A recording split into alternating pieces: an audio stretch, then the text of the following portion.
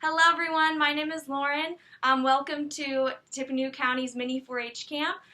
We have here Dr. Darryl Ragland, who is a part of the Purdue University's Department of Veterinary Clinical Sciences, and we're going to ask some questions about what it's like to be a vet. So, Dr. Ragland, great to have you here today. Nice to meet you. Yeah. So, let's just start with, please tell me about your work as a vet. Well, as a faculty member here in the College of Veterinary Medicine, there are three parts to my job. Mm-hmm. Certainly, there's the teaching aspect. We train veterinarians here, and so students come to us after 2, 3, and sometimes 4 years of undergraduate into the program, and then in 4 years they graduate with the DVM degree and are then able to go out and practice and pursue various opportunities that come with having earned a DVM degree. The other part of what I do is do have responsibility for some research, Mm-hmm. and I work collaboratively with other faculty on this campus, as well as some independent research as well.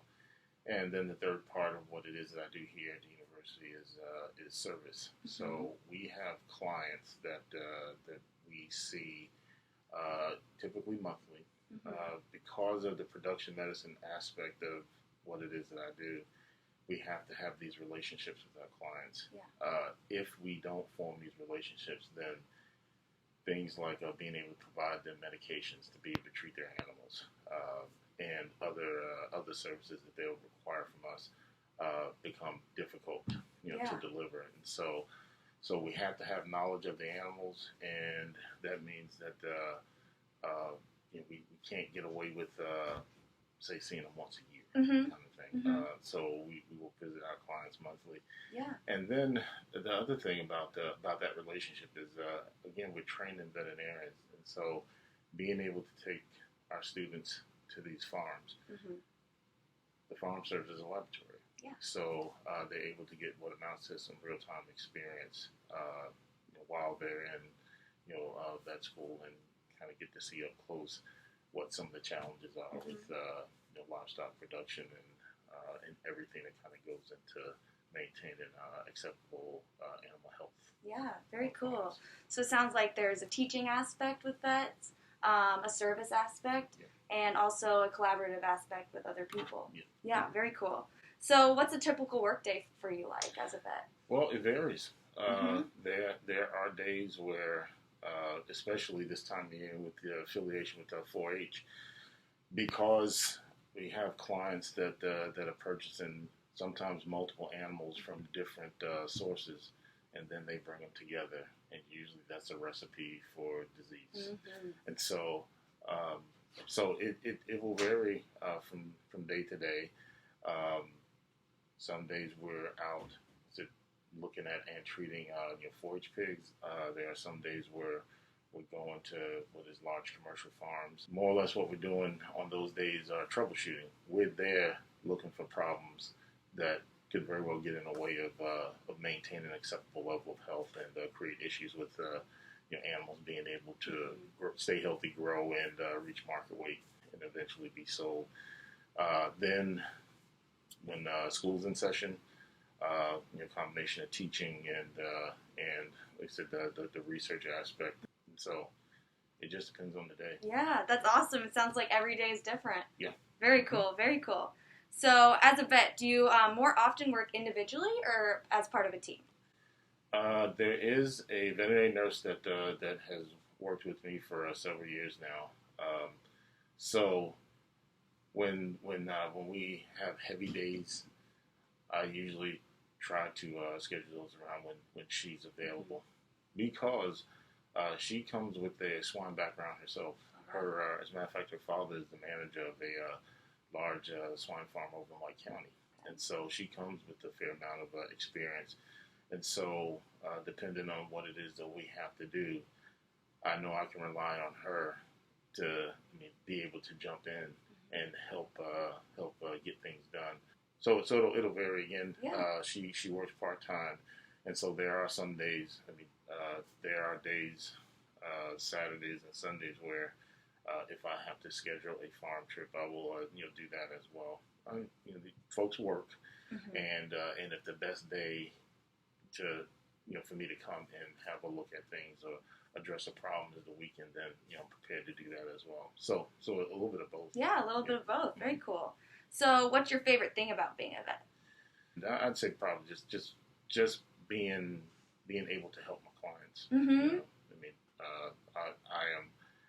I am glad that they see me as a resource. Yeah, that's wonderful. When things come up, they can call and like I said, I can assist them as best I can. Very cool. How long did you have to go to school for, and what did you study to become a vet?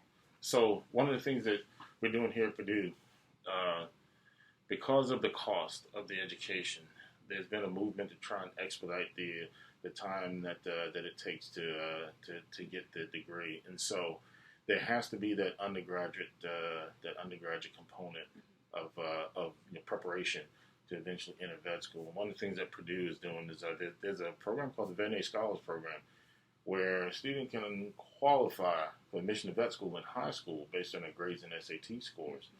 The expectation is that they'll do 3 years in undergraduate, then they can enter, and then vet school is a 4-year program. So you're looking at roughly about 7 years.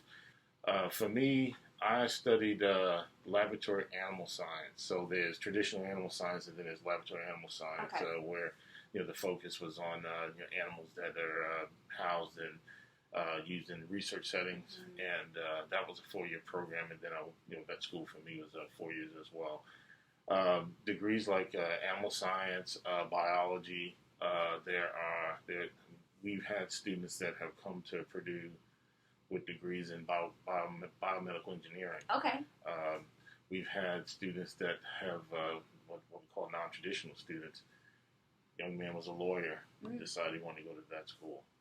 People who've had careers in the music industry, and then decided they wanted to vet schools. So the area of study will vary. Certainly, grades are important. Grades aren't the only thing, but they certainly are important. Yeah. In addition to relevant experience. Okay, yeah. So some work experience in there as well helps too. So it sounds like a lot of paths to become a vet. Yes. Mm-hmm. Very cool. So you specialize in swine, which are pigs, and poultry, which are chicken. What made you interested in working with those animals? Well, I had a choice to make when I was getting close to graduation. All of my family is in the Northeast, New Jersey, Pennsylvania area. And I graduated from vet school in 1991. And it's one of those things where I was married. There was the intent to have a family, and so it became one of those quality of life issues. I mean, I grew up in a housing project, So my family doesn't reside there now, but at the time anyway. It was one of these things where crime and some of these considerations were figuring into the decision. Did I want to be back in what is a large urban area where, even though if I didn't live in some of these places, that's where my family was, and I was going to see my family, and so I had the decision to make that I want to live in an area close to that, or do something else where I could look at having a family and being able to raise kids and not having some of these concerns about when they leave home, what might very well happen to them. And so I opted for pursuing a career in what amounts to rural veterinary practice, food animal practice.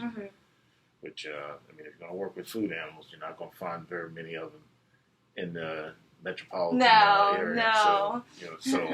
So that more so than anything kind of dictated what it was that I did after vet school, and so I came to Indiana in '92, and been here since. Cool, very cool story you have.